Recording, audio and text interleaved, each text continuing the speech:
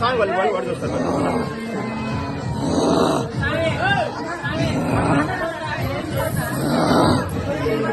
క్షేత్రాన నవనార సింహుడన ఏ ఉగ్ర స్తంభమందు ఉద్భవించిన దేవుడను దయామయుడను కరుణామయుడను లక్ష్మీనార సింహుడను వైష్ణవాద్భుతుడను గోమాతలు సేవించే దేవాదిదేవుడి కాలచంద్రుని మత్స్యావతారుడను ఉగ్రనార సింహుడను